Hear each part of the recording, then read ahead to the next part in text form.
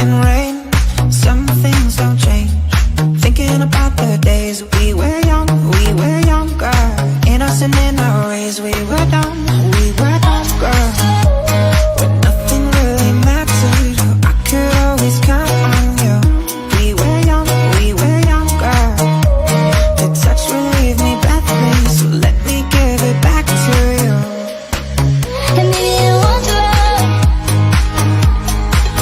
And maybe I want your love. And maybe oh my, you're my broken heart. You're my broken. And maybe I want your love. And maybe I want your love. And maybe oh my, you're my broken heart. You're my broken. And maybe I want your love. And maybe I don't want your love. And maybe I don't want your love. And maybe I don't want your love. And maybe I don't want your love. And maybe I don't want your love. Want your love. And maybe I don't want your love. We were young, girl. And maybe I don't want your love.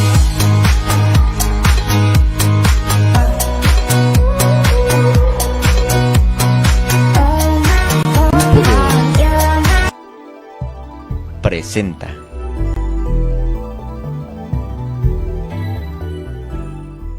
El presidente del Poder Judicial, Juan Antonio Magaña de la Mora, especificó que la huelga está afectando en resoluciones por parte de los juzgados, ya que es un tema sensible para los inculpados, tanto como para sus familiares. En entrevista con Magaña de la Mora, dijo que en cuestión de seguridad que demandan los inconformes, él no tiene informes de algún tipo de amenaza, por lo que también dijo que es totalmente falso que haya pedido protección a la 21 zona militar. No existe ninguna petición, ni al Consejo del Poder Judicial, ni al Supremo Tribunal de Justicia, de alguna situación de seguridad. Quiero informar también que no tenemos absolutamente ningún dato de alguna amenaza que signifique en ese momento que el Consejo del Poder Judicial tenga que tomar las medidas necesarias, como así lo haríamos de manera inmediata si supiéramos esta situación. Hemos estado monitoreando los juzgados de primera instancia en las regiones que requieren mayor atención por razón de la seguridad. Hemos estado en permanente contacto con los jueces, pero no ha habido absolutamente ningún requerimiento a la zona militar que se le haya presentado o se le haya hecho del conocimiento del Poder Judicial del Estado. Reiteró que el Poder Judicial no cuenta con el dinero suficiente para cubrir sus demandas, por lo cual pidió apoyo a los huelguistas para que retornen a sus labores cotidianas. Pues llamar a la sensibilidad, no hay más dinero. Yo creo que ustedes en plan doméstico en sus casas saben lo que es decir, ya no tengo dinero, ¿verdad? Pero seguiremos abiertos al diálogo y yo no desaprovecho la oportunidad a través de ustedes de llamar a la sensibilidad, a la reflexión, a toda la base trabajadora para cumplir con la obligación que tenemos respecto de la sociedad.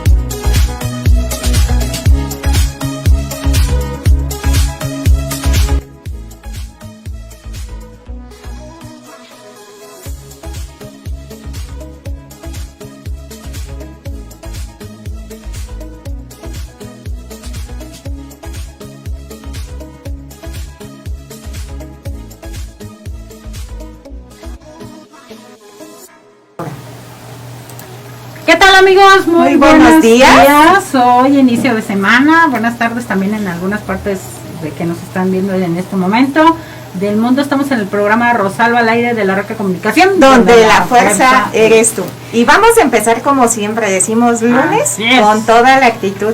Y como decimos, ahora sí nos lucimos, amiga. Te luciste, yo no sé dónde sacaste este personaje. No, pues es que tuvimos que ir a espiar su agenda. Hoy sí que es pudiera- ya VIP. para que pudiera acompañarnos aquí personalmente y en persona. De hecho, vamos a resolver los incógnitos misterios del universo. Decimos, hoy en Revista Rosalba tenemos a Juan Antonio Magaña de la Mora. Está en uno de los cargos importantes que a veces poco sabemos cuáles son las facultades que tiene como magistrado. Y pues bienvenido, un honor. Ahora sí decimos que tenemos una silla VIP ocupada con honor. Y como siempre decimos, aquí tenemos la frase que decimos, invitamos a todos, pero a poco les decimos que son nuestros amigos. Y a nuestros amigos los cuidamos. Y usted es un amigo más. Y los otros pues que se cuiden. Así es. No es amenaza, ¿cómo se diría en términos legales? No, es una invitación amistosa.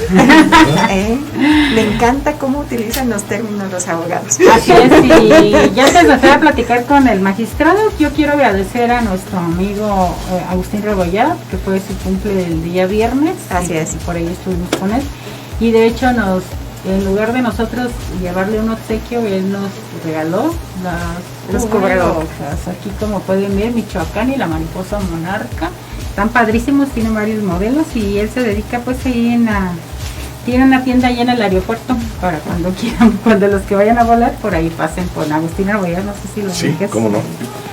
Bueno, gracias amigo Agustín por habernos dado Uno de presente tan los hermoso. temas importantes que siempre hemos estado, pues ahora sí latentes, ahorita nos tocó vivir lo que es la pandemia. La pandemia fue un tema que desbordó a nivel mundial, que nos pegó a nosotros como nación y nos adolece por estar viendo dónde teníamos los errores y a lo mejor dónde se tenía que integrar de nuevo esa parte que hacía falta. Pero uno de los temas que tocó usted fue lo de las cárceles de Michoacán. Nos comenta, libre de COVID. Para empezar tenemos un sinfín de dudas, así que nos va a tener que resolver todo este incógnito sistema del universo.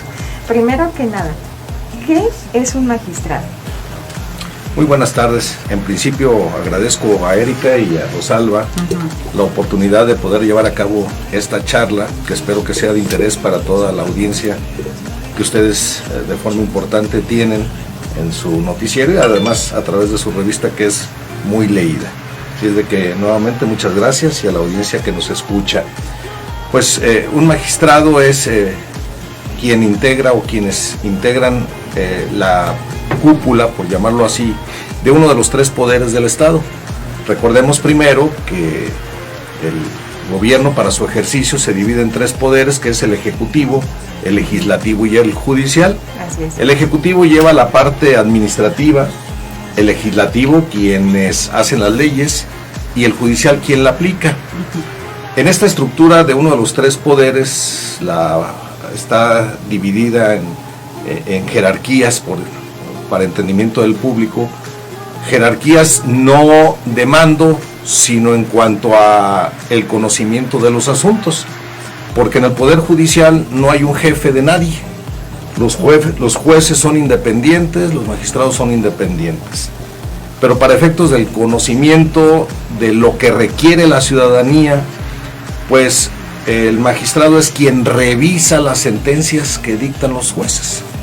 ¿Qué pasaría si los jueces fueran omnipotentes, que no tuvieran las personas una posibilidad de apelar, de inconformarse, de pedir la revisión de la sentencia? Tendríamos jueces omnipotentes, que lo que ellos dijeran fuera así y tendríamos muchos problemas. De tal manera que un magistrado es quien revisa las inconformidades que señalan las partes en un juicio para que se revise esa sentencia, y un magistrado puede cambiar una sentencia, la puede modificar o la puede ratificar. Además de que integra la parte,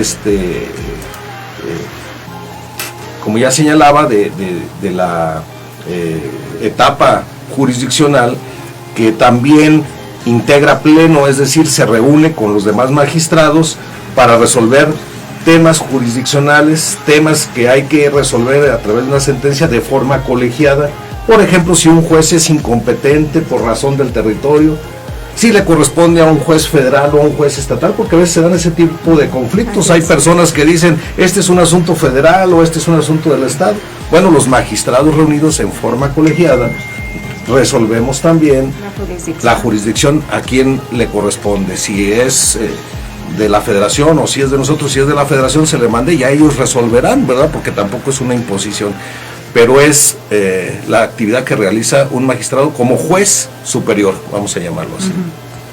No, pues más que nada que decimos, tenemos casi prácticamente está a nivel Dios de los abogados. Acá como nosotros lo podemos decir en frases. Es el escalafón máximo de que aspira a alguien que hace su carrera dentro de la abogacía, ¿no? También. En efecto, es el escalón máximo dentro del Poder Judicial. Así es. Siempre nos preguntaban sobre la diferencia en lo que era un candidato a doctor por departamento de Derecho Penal. ¿Cuál es la facultad que tienen como Derecho Penal? Porque a veces nosotros no entendemos esos términos legales y caemos en nosotros nada más prácticamente decir tenemos un abogado, tenemos un magistrado, pero no sabemos realmente a qué se dedica. Lo que sucede es que para ser magistrado o llevar a cabo el ejercicio de la abogacía tenemos que ser licenciados en Derecho. Y la licenciatura es un nivel académico que se obtiene inmediatamente concluidos los estudios universitarios y que se titula. Sin embargo, hay quienes optamos por seguir los estudios y determinamos llevar a cabo especialización sobre alguna de las ramas del derecho, de los cuales sentimos que tenemos mayor destreza o que nos gustó. Y ahí, posterior a la licenciatura, se puede obtener una especialidad, ya sea en derecho familiar, en derecho civil, etc. Pero además, hay quienes también podemos aspirar a llevar a cabo responsabilidades en el ejercicio de la docencia. De tal manera que después de la especialidad estudiamos una maestría. La finalidad principal de la maestría, pues es quienes consolidan su actividad en la academia dando clases. Y después de la maestría puede optarse también, porque se tiene esa vocación de ser investigador, escribir artículos, libros, y se estudia un doctorado. De tal manera que eso es pretender superarse en los conocimientos que se van adquiriendo y optamos por tener un doctorado. Cuando me hablan de candidato a doctor, el candidato a doctor es el que ya concluyó sus estudios de doctorado, pero que aún no se ha titulado como tal. En mi caso aparece en algún momento dado en mi currículum candidato a doctor, sin embargo, yo soy doctor en este momento porque ya presenté mi examen recepcional, vamos a llamarlo así, que aprobó mi tesis y mi desempeño en ese examen para efecto de convertirme en doctor. De tal manera que yo lo que le puedo ofrecer a la ciudadanía en mi cargo de magistrado es que no solo cumplí con el requisito de ser licenciado en Derecho, que es lo que marca la Constitución, sino que además me seguí capacitando a efecto de dar una mejor atención, un mejor servicio que reclama la sociedad. El Poder Judicial de Michoacán es uno de los mejores calificados a nivel nacional, porque la mayoría de sus jueces y magistrados tienen por lo menos especialidades, maestrías y doctorados. Así es, y los posgrados que también van llevando ahí. Así es. Así es, vemos, doctor, que nos platiques que fuiste ahora sí que el impulsor a lo que se refiere al sistema penal, al sistema de justicia acusatorio, ¿no? Acusatorio, que son los juicios orales. Ha habido controversias que porque luego dicen que como que es más fácil de que los delincuentes salgan de prisión y todo, ¿sabes? Explícanos esta controversia que se ha vivido. Cuéntanos. Efectivamente se da una controversia. En principio debo de decir que en el formato de implementación en el Estado, cada Estado diseñó cómo iba a entrar en este nuevo sistema. Hay lugares, por ejemplo, como Chihuahua, que llevó a cabo la creación de un organismo de implementación y que manejó todo el diseño y la cuestión económica a efecto de instalar las salas de oralidad. En Michoacán sí se creó un organismo, pero de acuerdo a la normatividad jurídica correspondió a la presidencia del Supremo Tribunal de Justicia llevar a cabo la conducción de esta implementación. ¿Por qué al Poder Judicial?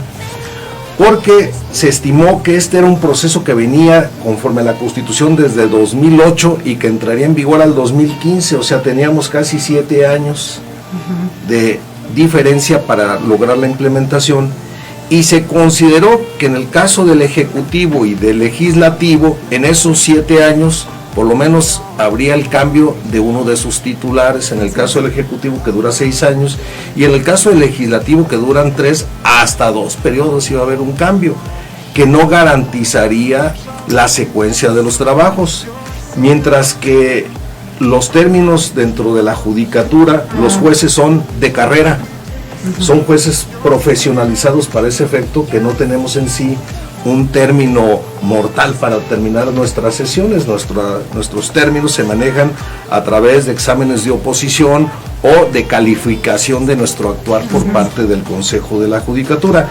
Esto determina que sea el presidente del tribunal el que fuera presidente del Consejo de Implementación. En esa medida, siendo yo para ese momento, para esa época, el presidente del Supremo Tribunal y presidente del Consejo del Poder Judicial, me correspondió ser también el presidente del Consejo de Implementación del nuevo sistema de justicia penal. Para entrar en materia, primero, ¿es recomendable o no es recomendable los juicios orales? Si me lo preguntan, la respuesta desde mi punto de vista es sí es recomendable. ¿Por qué? Porque cuando los juicios se venían llevando, como todavía algunos se vienen llevando a cabo por escrito, las sentencias a veces de expedientes de 50,000 hojas, un expediente que humanamente para su lectura resulta de mucha dificultad. Muchas horas. Y días y hasta semanas. Emitíamos sentencias a veces hasta de 900 hojas. Pregunta, ¿quién va a leer una sentencia de 900 hojas? No lo hacían a veces ni los abogados que llevaban a cabo el asunto, y según hubieran ganado o perdido, le decían a sus clientes, si ganaban, pues es que yo hice el trabajo muy razonable, y si perdían, decían es que el juez no tuvo la razón, y no le explicaban al cliente del por qué. Y es donde se dan las antinomías del sistema, ¿no? Que a veces no entienden qué sucede con sus procesos. No saben qué sucede, pero además eran procesos que se llevaban en 5 años, en 6 años, en 7 años, y como decía yo, voluminosos. Mientras que el sistema acusatorio, que es oral, las partes, la familia puede ir a la audiencia a presenciar el asunto, y el juez explica de manera directa el cómo y el por qué. Y las personas, los familiares, llegan a entender incluso a veces que hay deficiencia del fiscal o hay deficiencia de su propio abogado. Y el juez de manera directa se está enterando hasta de los gestos que hacen las partes en la audiencia. Mientras que en el sistema escrito ni se conocía a veces a las partes que participaban. Así es.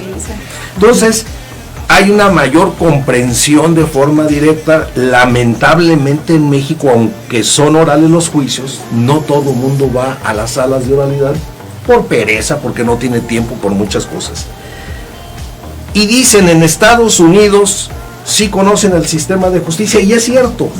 Pero ¿por qué en Estados Unidos sí lo conocen? Porque en Estados Unidos la sociedad, el público en general, forma parte del jurado. Los mandan llamar a que sean parte de los tribunales.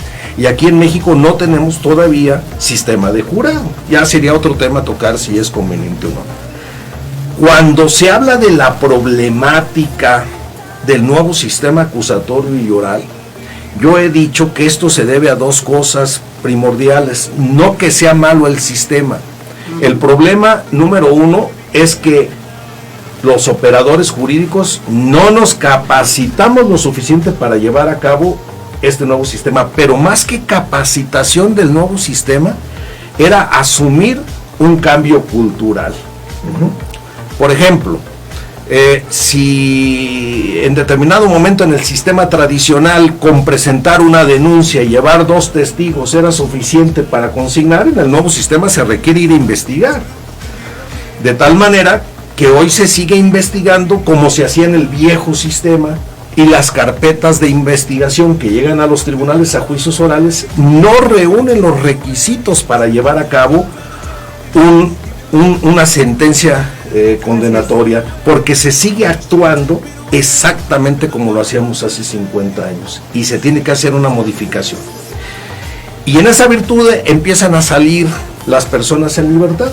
En el viejo sistema se criticaba y se decía que los inocentes estaban en la cárcel. Con este nuevo sistema dicen que los culpables están en la calle, ¿verdad? Es decir, ninguno de los dos sistemas hemos dado conformidad.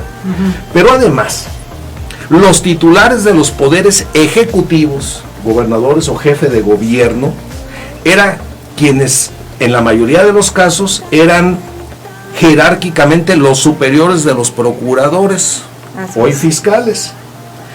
Si empezaba a aumentar el índice de delincuencia porque no había el porcentaje necesario de sentencias condenatorias, se les empezó a hacer más fácil a los ejecutivos de los estados o de la jefatura de gobierno decir que lo malo era el sistema, porque para un jefe del ejecutivo a través de su procuraduría era más fácil el sistema anterior, que con una denuncia y 2 testigos se armaba una averiguación.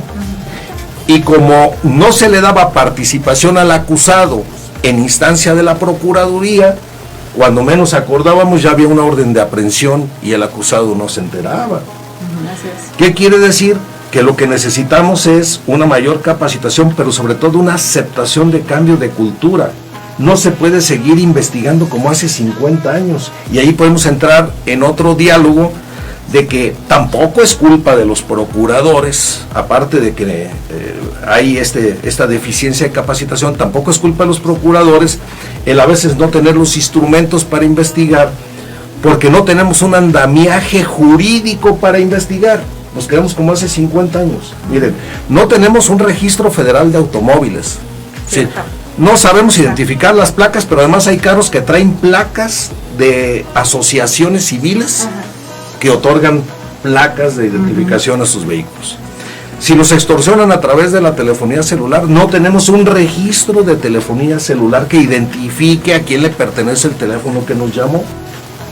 No tenemos una cédula nacional de identidad que nos identifique quiénes somos. Me van a decir ustedes, pues está la credencial del INE. No, el INE no es una cédula nacional de identidad. Ayuda, porque la credencial del INE es una identificación expedida primero por un órgano electoral para efectos electorales, pero solamente para mayores de edad. ¿Qué pasa con el registro de todos los menores de 18 años? Entonces, no sabemos ni... No, y además a veces aparece alguna persona que perdió la vida sin ninguna identificación y tampoco sabemos quién es, porque no tenemos un registro de ADN que nos pudiera identificar quién es. Yo he apostado que hacia el futuro, pues muchas de estas identificaciones, o la mayoría, vamos a ser identificados a través de cuestiones biométricas o de ADN, ¿verdad? Pero tampoco tenemos un registro poblacional, no sabemos quién vive al otro lado de nuestra casa, atrás. Antes, cuando menos, había un jefe de manzana que nos tenía identificados. Si ustedes entonces me preguntan por qué hay una inseguridad, porque no hay un andamiaje que haya actualizado todo esto, y pueden llegar cientos y miles de policías, pero necesitamos tener una estructura. Doctor, nos hace falta más cámaras en nuestro Big Brother, ¿no? Necesitamos más, esa es la palabra para una comprensión. Lo que dije se resume esto que dijiste. Se necesita más cámaras en el Big Brother. Necesitamos estar identificados quiénes somos, cómo nos movemos. La gente que se porta bien no tiene por qué tener ninguna cuestión de inhibirse porque que sepan de nosotros. Dicen, es que si hay datos va a caer en manos de la delincuencia organizada. No, la delincuencia no necesita que hagamos esas cuestiones. Cuando nos quieren ubicar, nos ubican. Los únicos que hacemos inviable la localización de todos somos nosotros mismos. Así es, de hecho ya lo dicen, como lo expresan, la delincuencia organizada, tal pareciera que se organiza mejor que el Estado. Así es. Sus facultades. Antes teníamos un mecanismo que se llamaba constancia de hechos y son procesos que se van renovando. Ahorita tengo entendido que la constancia de hechos ya no existe. Era como un previo antecedente para decir lo que había sucedido antes de que se manejaran lo que eran los juicios orales y que tuvieran un antecedente, como decían, el que pega primero pega 2 veces. Así es. Así lo llamaban los abogados. No sé ahora cómo se hace todo ese proceso. Bueno, esto como ya ahora se requiere, que no es más difícil los juicios orales, porque antes se requería desahogar pruebas, ahora se requiere nada más dato de prueba, es decir, que se anuncie cuál es la prueba. El requisito es que sea verdadero, porque si está mintiendo el fiscal o la defensa, pues también habrá consecuencias en ese sentido. Yo lo que creo es que sí debe haber una capacitación donde todos aportemos la parte que nos corresponde, ¿no? Y hablo de los particulares a través de aportar datos, porque decimos, es que esa es nuestra vida privada, sí, pero hay una parte de tu persona que me pertenece también, porque vives en una sociedad y necesitamos tener una cuestión común para todos. Por ejemplo, en los fraccionamientos, ustedes tienen un terreno, pero deben de dejar una parte para el área verde, ¿no? Porque si no lo aportan los mismos ciudadanos, pues entonces ¿cómo tienen un área verde? O tienen que ceder cierto espacio para sus banquetas, si no, ¿por dónde van a transitar? Y está el hecho de cómo se organizan como sociedad o como ente que están ahí conviviendo para hacer control de ese uso o ese espacio. Así es. Que no tiene que ver directamente con la constructora, tiene que ver también con las personas que están asociadas alrededor de este centro comunal. Entonces, es lo que nosotros vemos que le hace falta un poquito del andamiaje, como usted comentaba. Creo que no se está facultando de manera correcta, o las antinomías las hemos vivido por años, que ya prácticamente la gente tiende a irse por lo fácil. Perdamos el sentido de justicia y decimos, sigue la misma persona que está ejerciendo el control de siempre y esto no va a cambiar. Llegan siempre esa actitud errónea. ¿Qué les diría a estas personas que ya están en esa situación, que no creen en el sistema de justicia? ¿Cuál sería su frase para regresarles esa confianza y decirles, ¿sabe qué? Sí se puede. Primero, paciencia. Paciencia, porque el otro sistema duró casi 100 años. Y a sus 100 años terminamos porque no nos convenciera. Este que va empezando, apenas llevamos del 2015 para acá, es decir, 5 años. No puede ofertar resultados inmediatos. Ahora, tampoco en materia penal tiene por qué esperar uno tanto, porque se está delinquiendo. Pero uno de los elementos es la paciencia para esperar que este sistema empiece a operar, porque hasta cuando nos cambiamos de casa, no llegamos y instalamos todo. Tenemos que ir poniendo poco a poco en orden nuestras cosas. Segundo, que los operadores jurídicos nos capacitemos para ese efecto, ¿no? No podemos seguir actuando, decía yo, como hace 50 años. Y en tercer lugar, que busquemos la aceptación del cambio cultural. Eso es importante, porque para unas cosas sí nos funcionan los juicios orales, pero para otras era mejor el sistema tradicional, según la parte en la que nos encontremos en la controversia. Y es que lamentablemente vivimos en una sociedad donde nosotros expresamos y decimos casi todo, se nos digiere más práctico y fácil, ¿no? Con las palabras que son habituales. Yo creo que personas que ya dedicaron toda su vida a estudiar esta carrera ya aprenden cierto modismo técnico para hablar, que a veces nos dejan a nosotros así como ¿qué quiso decir? Y el abrir un juicio oral nos aclara todas estas dudas, pero nosotros siempre tenemos casi el tema o el lenguaje normal, y así, téngale cariño a su abogado porque es el único capaz de defenderle sin creerle.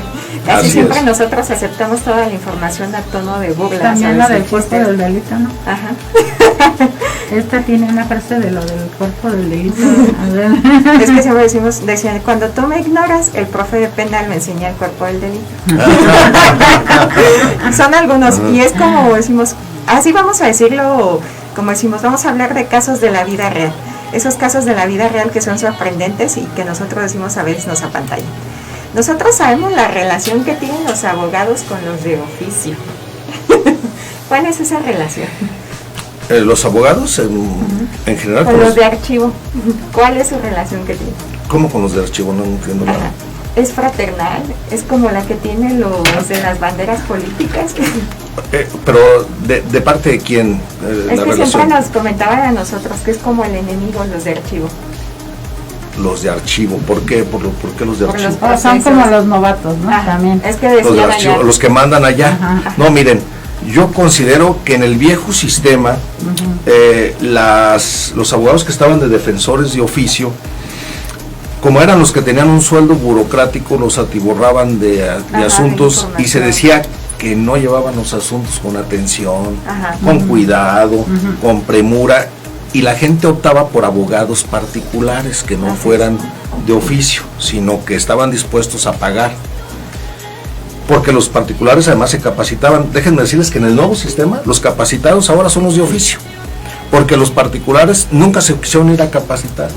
Le dije, más, palabras menos, dijeron pues, que ya no lo necesitaban, que con lo que sabían era suficiente, de tal manera que hoy quienes están mejor capacitados para los juicios orales son los defensores de oficio. Sí, es que aquí lo planificaban y siempre que hemos tenido visitas de abogados nos comentaban que su relación con ellos era como de entre amor y odio.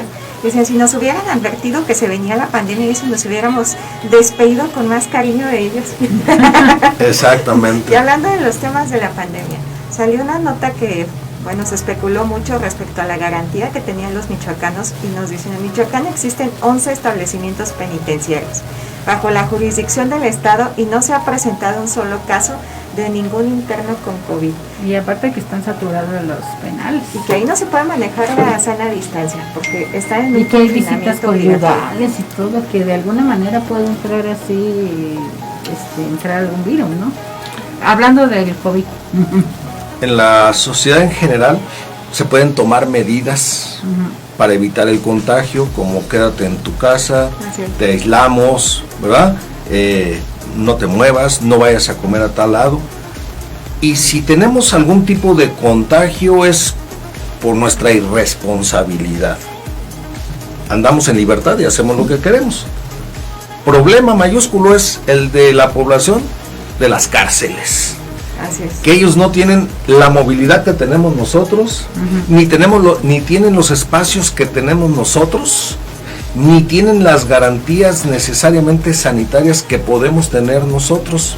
Es más, hay cárceles donde pudiera yo sostener que viven hacinados, que duermen muy próximos por las limitaciones de las áreas en las que se desarrollan. El estado de Michoacán tiene esencialmente 11 cárceles, yo les llamo establecimientos penitenciarios, pero para comprensión de las personas decimos que se llaman cárceles, y en esa medida podemos señalar que el que en este momento no se haya detectado ningún caso de COVID dentro de los establecimientos penitenciarios, creo que es encomiable reconocerlo a todo el personal que labora en el sistema penitenciario michoacano. Simplemente en la cárcel David Franco Rodríguez, que podemos decir que es la más grande del estado, hay aproximadamente 2,000 internos conviviendo y viviendo en su interior. Imaginemos que hubiera un brote de contagio. ¿Cuál sería la forma inmediata de aislarlos? No los podrían aislar a todos, podrá aislarse a los primeros. Así es. Pero el problema sí se presenta mayúsculo y hasta de tener pendiente de que esto ocurra. Pero como no ha sucedido, debemos reconocer el esfuerzo de todo el personal del sistema penitenciario que se sanitiza cuando entra y sale del establecimiento penitenciario a efecto de no llevar el contagio de afuera hacia el interior con quienes conviven. Las medidas de restricción para ingresar al Cerezo desde marzo no reciben visitas familiares. Evidentemente, esto crea una inconformidad hacia la familia, Sí, claro. pero debemos de apelar a la comprensión de la familia que gracias a esas limitaciones se ha podido resguardar la salud de los internos, para bien de ellos, porque el mismo familiar que va de afuera puede ser un portador que lleve ese contagio al interior.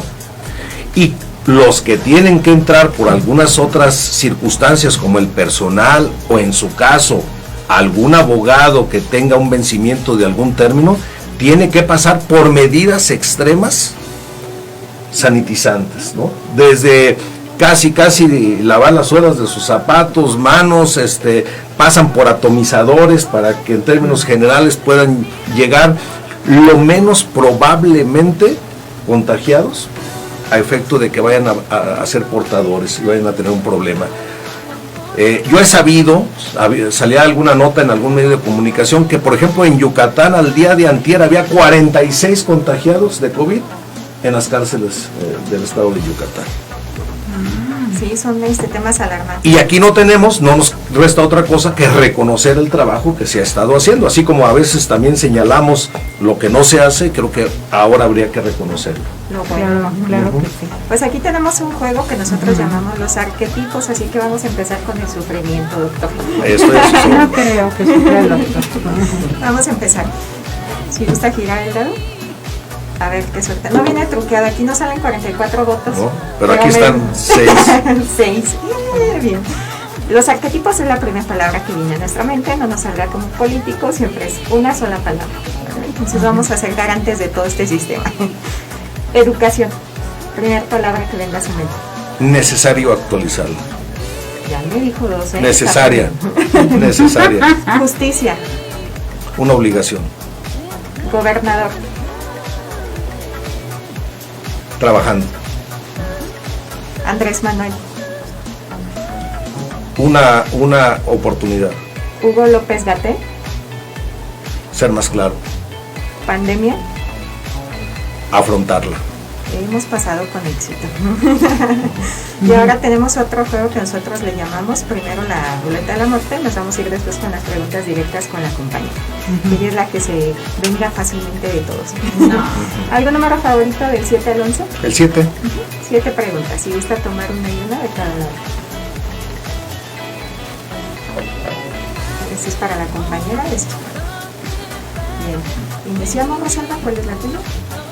¿Cuál es su color favorito, Lucas? ¿Solo uno? Sí. El azul marino. ¿Cuál es su juego favorito? El fútbol. Bien, siguiente. Eso me pasa a mi compañero.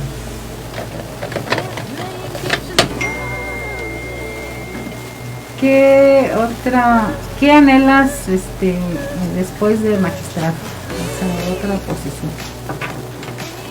Seguir estudiando para poder servir en cualquier área de la sociedad. Y algo sencillito que decimos a veces, nos olvida con todas las actividades que tenemos. ¿Qué es lo último que ha comprado el día de hoy? Un gazpacho. Siguiente. Me desayuné Un gazpacho. Fue sincero, porque Sí. luego ya no salen con cada cosa. Y además fue de inmediato, sin pensarlo. ¿Qué colecciones usted?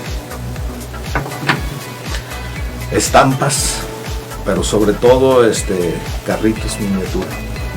Bien. Y acá viene una importante que va a ser como los que veían novelas, la madrastra después de 20 años. ¿Quién es su amor secreto, doctor? El estudio. El estudio. No se metió en problemas. No, se metió en problemas, hombre inteligente. Siguiente. Y última con la compañera. Hoy ya nos dio de más. ¿Cuál es tu palabra que más usas? Lo que más dices. Lo que siempre sale. Pues más que una palabra es casi todo un enunciado. Digo que lo único que no se recupera es el tiempo. Así es. Sí. Y pues vamos a hacer la pregunta difícil que les hacemos a todos. Si usted recuerda a ese niño de 7 años, ¿cómo lo recuerda y qué le diría a la persona que está sentada ahorita actualmente? Que se divierta más. Eso es bueno. Vamos a con la mirar. pandemia. Bueno, es que Pues, cuando tenía pues, 7 años pues no había la pandemia, ¿no? Entonces, No, se jugaba de yo sí diría eso porque pues me la pasé estudiando también, entonces ¿Quién se hace creo, falta que entregarse? creo que los tiempos se deben de vivir de acuerdo a la edad. Así es. Y a un niño de 7 años que viva su infancia, que la Pero disfrute. ¿cómo era ese niño? Travieso, dedicado, Dedicado, ¿Tenía estudiando. el psicólogo a un lado? No, social. bueno, el psicólogo era mi abuela, Por eso. que fue la que me creó, ¿verdad? Sí. Crió. Y muy enérgica y con una mirada me dirigía, ¿verdad? Era el látigo de la mirada. Pero también fue la que me dedicó todo su tiempo para que yo de manera pronta aprendiera inmediatamente todas las tablas de multiplicar. Ajá. En las noches me estaba repitiendo una y otra vez todas las tablas y yo con ella. Padre. Y fue prácticamente otra maestra, no obstante que mi abuela terminó ya de adulta siendo mi abuela la secundaria. O sea, ella sabía todo sin haber ido a la escuela. Muy inteligente. Autodidacta, eso es bueno. Bien, amiga, te toca ahora el siguiente dado. Si gustas. No están truqueados, ¿eh? Una pregunta directa, Rosalba. Una pregunta directa. Piénsalo pues, bien. Estoy pensando cuál porque eran muchas. Ahí sí. Así que cuidado. Así es de que vamos a ver cuál sería ahorita una importante. ¿Cómo siendo autocríticos, ¿cómo puedes, doctor, cómo puedes evaluar el sistema de justicia en México? Es un sistema bueno, pero le falta sobre todo actualizarse. Tenemos la idea de que cuando salimos a estudiar al extranjero, como yo lo hice, muchas veces nos gustan algunos modelos y decimos, este es bueno. Sin embargo, hemos perdido de vista que tenemos que tropicalizar los temas, y ni siquiera tropicalizar. Tendríamos que adaptar un sistema de nosotros. Miren ustedes, en materia penal, por ejemplo, los aztecas ya tenían su derecho penal, si se puede mencionar eso, y ya tenían la distinción entre los delitos imprudenciales, culposos y los dolosos. Realmente tendríamos que hacer una retrospectiva y ver qué era lo que nosotros teníamos, que cumpla nuestras exigencias y nuestras necesidades. Cuando se habla del juicio oral, por ejemplo, los juicios orales, pues nosotros